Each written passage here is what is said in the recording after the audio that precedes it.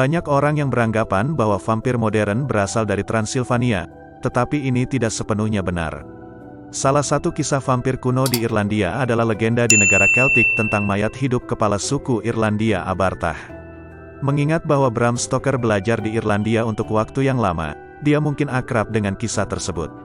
Bahkan jika itu bukan satu-satunya inspirasi, kemungkinan itu adalah bagian dari apa yang menjadi vampir yang kita kenal sekarang.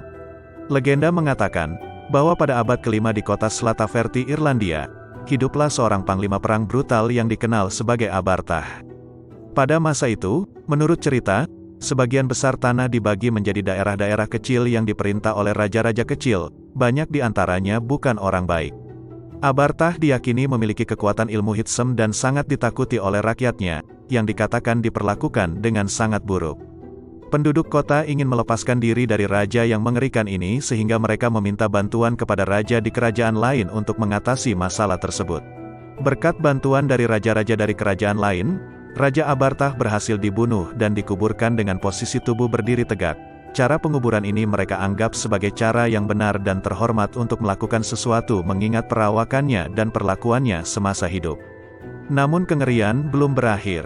Abartah, dikisahkan dalam legenda, kembali bangkit dari kubur dan menuntut upeti darah dari rakyatnya untuk mempertahankan kembali kekuatannya. Hal ini menyebabkan Abartah dibunuh dan dikubur berkali-kali. Setiap kali dikubur ia akan bangkit kembali dari kematian untuk mencari darah dari orang-orang yang masih hidup.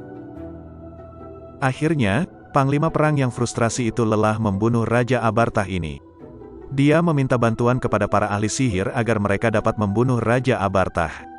Namun, para ahli sihir menjelaskan bahwa monster itu pada dasarnya telah berada di antara alam dunia dan alam lain dan dia tidak dapat dibunuh. Tetapi dia dapat terperangkap di bawah bumi jika langkah yang tepat diambil. Legenda ini mengatakan dia harus dibunuh dengan pedang yang dibuat khusus dari kayu yew, yang kedengarannya mengingatkan pada teori pasak melalui hati yang sering terlihat dalam budaya populer.